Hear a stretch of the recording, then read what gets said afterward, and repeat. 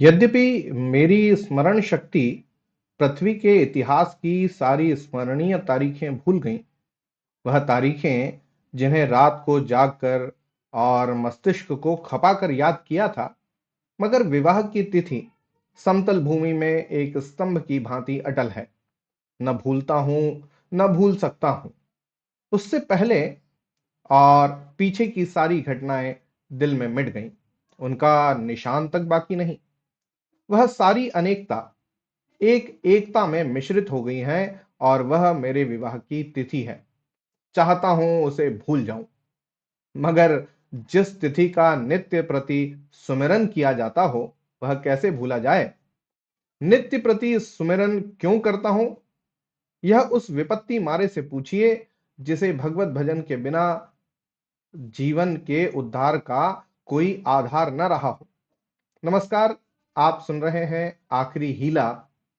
कहानीकार हैं प्रेमचंद और स्वर है प्रवीण दीक्षित का।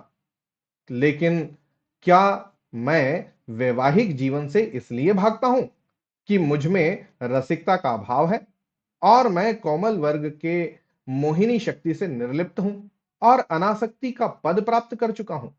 क्या मैं नहीं चाहता हूं कि जब मैं सैर करने निकलूं तो हृदयेश्वरी भी मेरे साथ विराजमान हो? विलास वस्तुओं की दुकानों पर उनके साथ जाकर थोड़ी देर के लिए रसमय आग्रह का आनंद उठाऊं। मैं उस गर्व और आनंद और महत्व का अनुभव कर सकता हूं जो मेरे अन्य भाइयों की भांति मेरे हृदय में भी आंदोलित होगा। लेकिन मेरे भाग्य में वह खुशियां, वह रंगरेलियां नहीं है, क्योंकि चित्र का दूसरा पक्ष भी तो देखता हूं।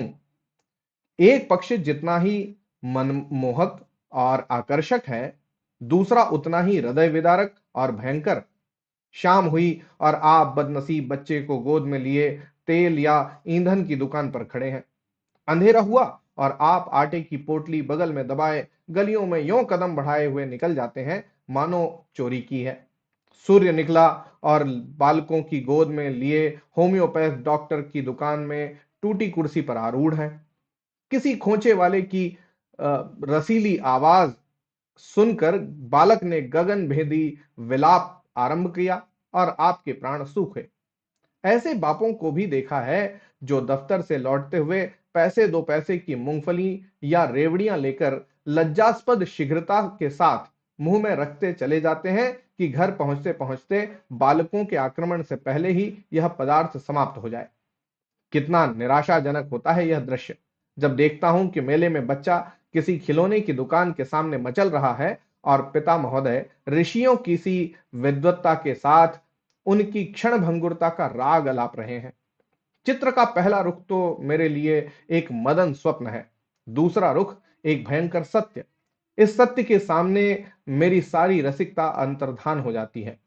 मेरी सारी मौलिकता, सारी रचनाशीलता इसी दांपत्य के फंदों से बचने में प्रयुक्त होती है। जानता हूं कि जाल के नीचे जाना है, मगर जाल जितना ही रंगीन और ग्राहक है, दाना उतना ही घातक और विषैला। इस जाल में पक्षियों को तड़पते और फड़फड़ाते देखता हूं और फिर भी जाल पर जा बैठता हूं। लेकिन इधर कुछ दिनों से श्रीमती जी ने अविश्रांत रूप से आग्रह करना शुरू किया है कि मुझे बुला लो। पहले जब छुट्टियों में जाता था तो मेरा केवल कहां चलोगी कह देना उनकी चित्त शांति के लिए काफी होता था। मैंने झंझट है कहकर उन्हें तसल्ली देनी शुरू की। इसके बाद गृहस्थ जीवन की असुविधाओं से डराया, किंतु अब कुछ दिनों से उनका अविश्वास बढ़ता जाता है। अब मैंने छुट्टियों में भी अब मैंने छुट्टियों में भी उनके आग्रह के भय से घर जाना बंद कर दिया है कि कहीं वह मेरे साथ न चल खड़ी हों, और नाना प्रकार के बहानों से उन्हें आशंकित करता रहता हूं। मेरा पहला बहाना यानी कि हीला पत्र संपादकों के जीवन की कहानियों के विषय में था। कभी 12 बजे रात को सोना नसीब होता है, कभी रात जगा करना पड़ जाता है। सारे दिन गली गली ठोकरें खानी पड़ती हैं। इस पर तुर्रा यह कि हमेशा सिर पर नंगी तलवार लटकती रहती है। न जाने कब गिरफ्तार हो जाऊं, कब जमानत तलब हो जाए। खुफिया पुलिस की एक फौज हमेशा पीछे पड़ी रहती है। कभी बाजार से निकल जाता हूं तो लोग उंगलियां उठाकर कहते हैं, वह जा रहा है अखबार वाला। मानो संसार में जितनी दैविक, आधि दैविक, भौतिक, आधि भौतिक बाधाएं हैं, उनका उत्तरदायी मैं हूं। मानो मेरा मस्तिष्क झूठी खबरें गढ़ने का कार्यालय है। सारा दिन अफसरों की सलामी और पुलिस की खुशामद में गुजर जाता है। कांस्टेबलों को देखा और प्राण पीड़ा होने लगी। मेरी तो हालत यह है और हुक्काम है कि मेरी सूरत से कांपते हैं। एक दिन दुर्भाग्यवश एक अंग्रेज के बंगले की तरफ जा निकला। साहब ने पूछा, क्या काम करता है? मैंने गर्व के साथ कहा, पत्र का संपादक हूं। साहब तुरंत अंदर घुस गए और कपाट मुद्रित कर लिए। फिर मैंने मैम साहब और बाबा लोगों को खिड़कियों से झांकते देखा, मानो कोई भयंकर जंतु हूं। एक बार रेलगाड़ी में सफर कर रहा था। साथ और भी मित्र थे, इसलिए अपने पद का सम्मान निभाने के लिए सेकंड क्लास का टिकट लेना पड़ा। गाड़ी में बैठा तो एक साहब ने मेरे सूटकेस पर मेरा नाम और पेशा देखते ही तुरंत अपना संदूक खोला और रिवॉल्वर निकालकर मेरे सामने गोलियां भरी, जिससे मुझे मालूम हो जाए कि वह मुझसे सचेत है। मैंने देवी जी से अपनी आर्थिक कठिनाइयों की कभी चर्चा नहीं की, क्योंकि मैं रमणियों के सामने यह जिक्र करना अपनी मर्यादा के विरुद्ध समझता हूं। हालांकि मैं वह चर्चा करता तो देवी की दया का अवश्य पात्र बन जाता। मुझे विश्वास था कि श्रीमती जी फिर यहां आने का नाम न लेंगी, मगर मेरा भ्रम भ्रम ही था। उनके आग्रह पूर्ववत होते रहे। तब मैंने दूसरा बहाना खोजा। शहर बीमारियों के अड्डे हैं। हर एक खाने पीने की चीज में विष की शंका। दूध में विष, घी में विष, फलों में विष, शाक भाजी में विष, हवा में विष, पानी में विष। यह मनुष्य का जीवन पानी की लकीर है। जिसे देखो आज वह कल गायब। अच्छे खासे बैठे हैं, हृदय की गति बंद हो गई। घर से शहर को निकले, मोटर से टकराकर सुरपुर की राह ली। अगर कोई शाम को सांगो पांग घर आ जाए तो उसे भाग्यवान समझो। मच्छर की आवाज कान में आई, दिल बैठा। मक्खी नजर आई और हाथ पांव फूले। चूहा बिल से निकला और जान निकल गई। जिधर देखिए यमराज की अमलदारी है। अगर मोटर और ट्राम से बचकर आ गए तब मच्छर और मक्खी के शिकार हुए। बस यही समझ लो कि मौत हरदम सिर पर खेलती रहती है। रात भर मच्छरों से लड़ता हूं और दिन भर मक्खियों से। नन्ही सी जान किन किन दुश्मनों से बचाऊं। सांस भी मुश्किल से लेता हूं कि कहीं क्षय के कीटाणु फेफड़े में न पहुंच जाए। देवी जी को फिर भी मुझ पर विश्वास न आया। दूसरे पत्र में भी वही आरजू थी। लिखा था, तुम्हारे पत्र ने एक और चिंता बढ़ा दी। अब प्रतिदिन पत्र लिखा करना। मैं एक न सुनूंगी और सीधे चली आऊंगी। मैंने दिल में कहा, चलो सस्ते छूटे। मगर यह खटका लगा हुआ था कि न जाने कब उन्हें शहर आने की सनक सवार हो जाए। इसलिए मैंने तीसरा बहाना सोच निकाला। यहां मित्रों के मारे नाको दम रहता है। आकर बैठ जाते हैं तो उठने का नाम भी नहीं लेते, मानो अपना घर बेच आए हों। अगर घर से टल जाओ तो आकर बेधड़क कमरे में बैठ जाते हैं और नौकर से जो चीज चाहते हैं उधार मंगवा लेते हैं। देना मुझे पड़ता है। कुछ लोग तो हफ्तों पड़े रहते हैं, टलने का नाम ही नहीं लेते। रोज उनकी सेवा सत्कार करो, रात को थिएटर या सिनेमा दिखाओ, फिर सवेरे तक ताश या शतरंज खेलो।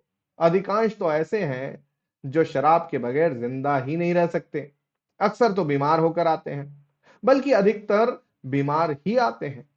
अब रोज डॉक्टर को बुलाओ, सेवा शुश्रूषा करो, रात भर सिरहाने बैठे पंखा झलते रहो, उस पर यह शिकायत भी सुनते रहो कि यहां कोई हमारी बात भी नहीं पूछता।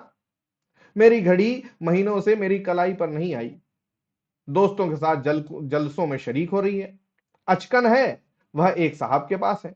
कोट और दूसरे साहब ले गए, जूते और एक बाबू ले उड़े। मैं वही रद्दी कोट और वही चमरोधा जूता पहनकर दफ्तर जाता हूं। मित्र वृंद ताड़ते रहते हैं कि कौन सी नई वस्तु लाया। कोई चीज लाता हूं तो मारे डर के संदूक में बंद कर देता हूं। किसी की निगाह पड़ जाए तो कहीं ना कहीं न्योता खाने की धुन सवार हो जाए। पहली तारीख को वेतन मिलता है तो चोरों की तरह दबे पांव घर आता हूं कि कहीं कोई महाशय रुपयों की प्रतीक्षा में द्वार पर धरना जमाए न बैठे हों। मालूम नहीं उनकी सारी आवश्यकताएं पहली ही तारीख की बाट क्यों जोहती रहती हैं। एक दिन वेतन लेकर 12 बजे रात को लौटा, मगर देखा तो आधे दर्जन मित्र उस वक्त भी डटे हुए थे। माथा ठोक लिया।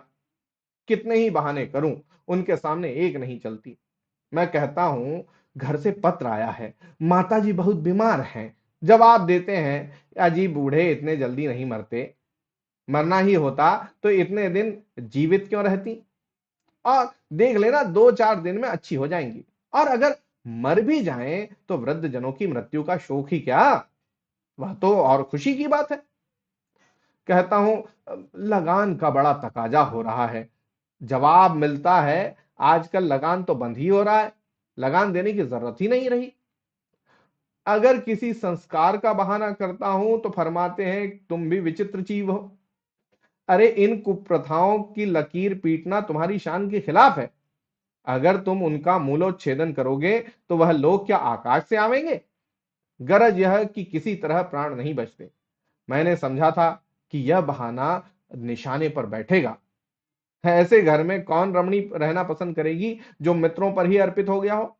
किंतु मुझे फिर भ्रम हुआ। उत्तर में फिर वही आग्रह था। तब मैंने चौथा हीला सोचा। यहाँ के मकान हैं कि चिड़ियों के पिंजरे, न हवा न रोशनी। वह दुर्गंध उड़ती है कि खोपड़ी भन्ना जाती है। कितने ही के तो ऐसी दुर्गंध के कारण विसूचिका, टाइफाइड, यक्ष्मा आदि रोग हो गए। वर्षा हुई और मकान टपकने लगा। पानी चाहे घंटे भर बरसे, मकान रात भर बरसता रहता है। ऐसे बहुत कम घर होंगे जिनमें प्रेत बाधाएं ना हो। लोगों को डरावने स्वप्न दिखाई देते हैं। कितनों ही को उन्माद रोग हो जाता है। आज नए घर में आए, कल ही उसे बदलने की चिंता सवार हो गई। कोई ठेला असबाब से लदा हुआ जा रहा है, कोई आ रहा है। जिधर देखिए ठेले ही ठेले नजर आते हैं। चोरियां तो इस करामात से होती हैं कि अगर कोई रात कुशल से बीत जाए तो देवताओं की मनौती की जाती है। आधी रात हुई और चोर चोर लेना लेना की आवाजें आने लगी। लोग दरवाजों पर मोटे मोटे लकड़ी के फट्टे और जूते या चिमटे लिए खड़े रहते हैं। फिर भी चोर इतने कुशल हैं कि आंख बचाकर अंदर पहुंच ही जाते हैं। एक मेरे बेतकल्लुफ दोस्त हैं, स्नेहवश मेरे पास बहुत देर तक बैठे रहते हैं। रात अंधेरे में बर्तन खड़के तो मैंने बिजली की बत्ती जलाई। देखा तो वही महाशय बर्तन समेट रहे हैं। मेरी आवाज सुनकर जोर से कह कहा मारा और बोले मैं तो तुम्हें चकमा देना चाहता था। मैंने दिल में समझ लिया अगर निकल जाते तो बर्तन आपके थे। अब जब जाग पड़ा तो चकमा हो गया। घर में आए कैसे थे यह रहस्य है।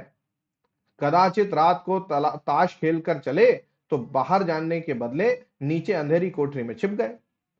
एक दिन एक महाशय मुझसे पत्र लिखवाने आए। कमरे में कलम दवात न थी। ऊपर के कमरे में लाने गया, लौट कर आया तो देखा आप गायब हैं और उनके साथ फाउंटेन पेन भी गायब है। सारांश यह कि नगर जीवन नरक जीवन से कम दुखदाई नहीं है। मगर पत्नी जी पर नागरिक जीवन का ऐसा जादू चढ़ा हुआ है कि मेरा कोई बहाना उन पर असर नहीं करता। इस पत्र के जवाब में उन्होंने लिखा, मुझसे बहाना करते हो, मैं हरगिज न मानूंगी। तुम आकर मुझे ले जाओ। आखिर मुझे पांचवा बहाना करना पड़ा। यह खोमचे वालों के विषय में था। अभी बिस्तर से उठने की नौबत नहीं आई कि कानों में विचित्र आवाजें आने लगी। बाबुल के मीनार के निर्माण के साथ ऐसी निरर्थक आवाजें ना आई होंगी। वह खोमचे वालों की शब्द क्रीड़ा है। उचित तो यह था, यह खोमचे वाले ढोल मजीरे के साथ लोगों को अपनी चीजों की ओर आकर्षित करते। मगर इन औंधी अकल वालों को यह कहां सूझती है। ऐसे पैशाचिक स्वर निकालते हैं कि सुनने वालों के रोंगटे खड़े हो जाएं। बच्चे मां की गोद में चिपट जाते हैं। मैं भी रात को अक्सर चौंक पड़ता हूं एक दिन तो मेरे पड़ोस में एक दुर्घटना हो गई। 11 बजे थे। कोई महिला बच्चे को दूध पिलाने उठी थी। एकाएक जो किसी खोमचे वाले की भयंकर ध्वनि कानों में आई तो चीख मारकर चिल्ला उठी और फिर बेहोश हो गई। महीनों की दवा दारू के बाद अच्छी हुई और अब रात को कानों में रुई डालकर सोती है। ऐसे कृत्य नगरों में नित्य होते रहते हैं। मेरे ही मित्रों में कई ऐसे हैं जो अपनी स्त्रियों को घर से लाए, मगर बेचारियां दूसरे ही दिन इन भयंकर आवाजों से भयभीत होकर लौट गईं। श्रीमती जी ने इसके जवाब में लिखा, तुम समझते हो मैं खोमचे वालों की आवाजों से डर जाऊंगी? यहां गीदड़ों का हुआना और उल्लुओं का चीखना सुनकर तो डरती नहीं, खोमचे वालों से क्या डरूंगी? अंत में मुझे एक ऐसा बहाना सूझा, यद्यपि सफलता का मुझे पूरा विश्वास था। अंत में मुझे एक ऐसा बहाना सूझा जिसकी सफलता का मुझे पूरा विश्वास था। यद्यपि इसमें कुछ बदनामी थी, लेकिन बदनामी से मैं इतना नहीं डरता जितना उस विपत्ति से। फिर मैंने लिखा, शहर शरीफजादियों के रहने की जगह नहीं। यहाँ की महरियां इतनी कुटु भाषिणी हैं कि बातों का जवाब गालियों से देती हैं, और उनके बनाव संवार का क्या पूछना। भले घर की स्त्रियां तो उनके ठाट बाट को देखकर ही शर्म से पानी पानी हो जाती हैं। सिर से पांव तक सोने से लदी हुई सामने से निकल जाती हैं तो ऐसा मालूम होता है कि सुगंधी की लिपट निकल गई हो। गृहिणियों ये गृहिणियां ये ठाट कहां से लाएं? उन्हें तो और भी सैकड़ों चिंताएं हैं। इन महरियों को तो बनाव सिंगार के सिवा दूसरा काम ही नहीं। नित्य नई साज धाज, नित्य नई अदा और चंचल तो इस गजब की हैं, मानो अंगों में रक्त की जगह पारा भर दिया हो। उनका चमकना और मटकना और मुस्कुराना देखकर गृहिणियां लज्जित हो जाती हैं और ऐसी दीदा दलेर हैं कि जबरदस्ती घरों में घुस पड़ती हैं। जिधर देखो इनका मेला सा लगा हुआ है। इनके मारे भले आदमियों का घर में बैठना मुश्किल है। कोई खत लिखाने के बहाने से आ जाती हैं, कोई खत पढ़ाने के बहाने से। असली बात तो यह है कि ग्रह देवियों का रंग फीका करने में इन्हें आनंद आता है। इसलिए शरीफजादियां बहुत कम शहरों में जाती हैं। अब मालूम नहीं इस पत्र में मुझे क्या गलती हुई। तीसरे दिन पत्नी जी एक बूढ़े कहार के साथ मेरा पता पूछती हुई अपने तीनों बच्चों को लिए एक असाध्य रोग की भांति आ डटी। मैंने बदहवास होकर पूछा, अरे क्यों, क्या हुआ, कुशल तो है? पत्नी जी ने चादर उतारते हुए कहा, घर में कोई चुड़ैल बैठी तो नहीं है ना? यहां किसी ने कदम रखा तो नाक काट लूंगी। हाँ, जो तुम्हारी शह ना हो। अच्छा, तो अब रहस्य खुला। मैंने सिर पीट लिया। क्या जानता था अपना तमाचा अपने ही मुंह पर पड़ेगा।